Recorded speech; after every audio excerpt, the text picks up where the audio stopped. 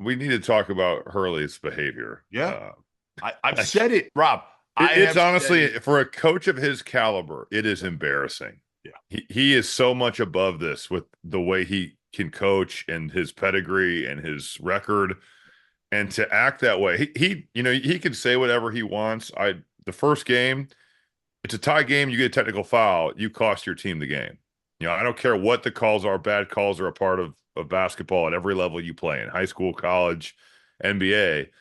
You get a tech, and is the call horrible? Absolutely. The call is horrible. And then to get, the over the back call the next day, I get it, but you can't, it is your job to help your players win the game, and you are not doing that by getting a technical foul on that. He has to act better. He has to act better.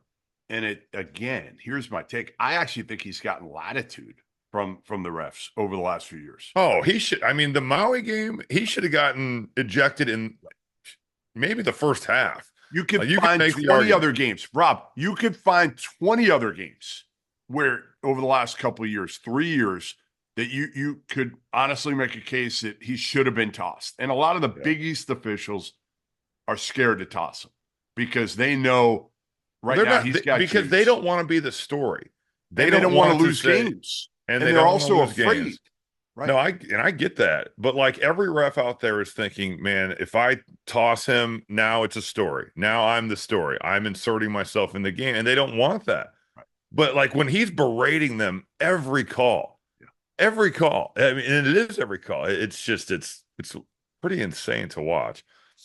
Imagine him with the Lakers.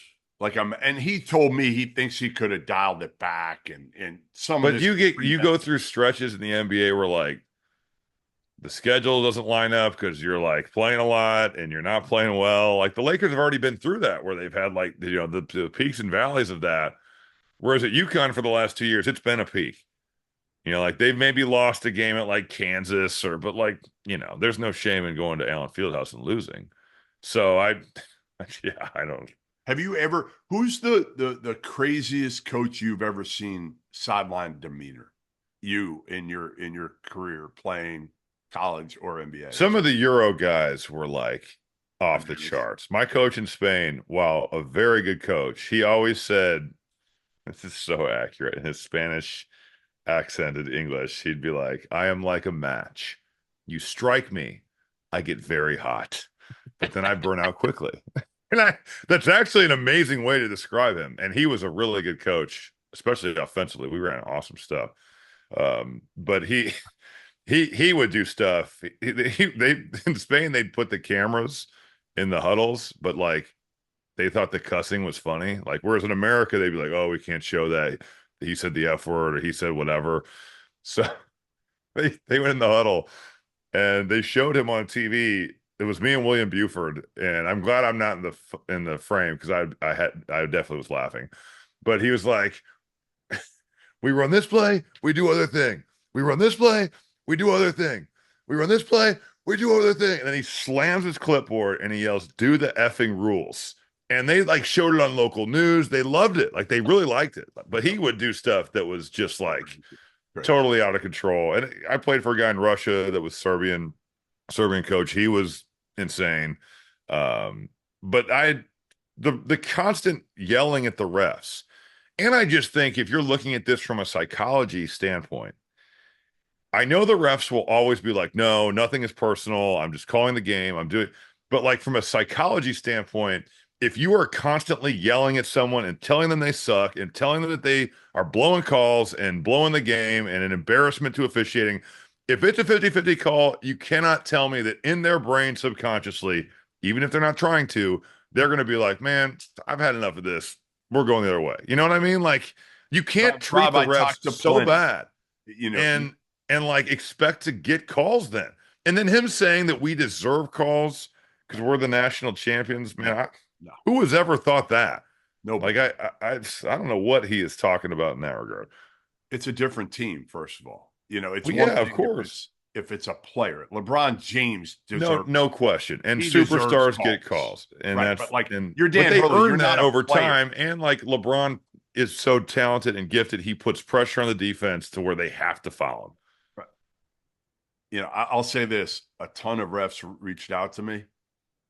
and I talked to a bunch, and they're all on the same page. And it's going to Of be course they interesting are. to see when Big East play starts if they band together now.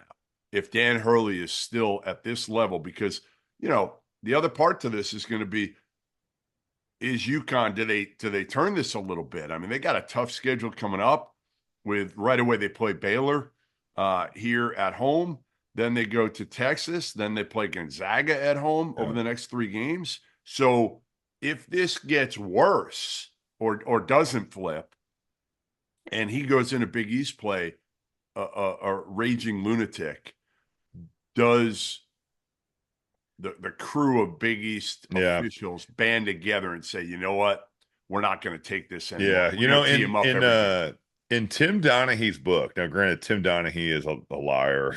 He's like convicted felon, so take everything with a grain of salt. But I thought of this when I was watching some of the Maui games out in San Diego, where he's yelling at the refs. And there was a thing about Donaghy's book had Allen Iverson like went after a ref back when Iverson was at like his peak. Okay. And he like embarrassed the ref and then said a bunch of crazy stuff after the game. And I think the league fined him, but the refs, like, according to Donaghy, band together. And they said when Iverson would go to the rim, he would get like destroyed and they wouldn't give him any calls. And Donaghy claimed, I remember from reading, that he said Iverson was eventually like, all right, I get it. I'm sorry. Like, but they just, and that's kind of what you're talking about, right? Like where the Big East refs would be able to say, dude, we're not going to get berated like this in one of the top conferences. Rob, the bottom line in all this is he's just got to figure out a way to tone it down. And again, absolutely, it runs because he is an elite coach. I like, you watch the way they play, the way he runs a program, the offensive stuff they run. He is an elite college basketball coach. He's an elite basketball coach, period. Yep. But that's why it's like when you act that way, you're so above this.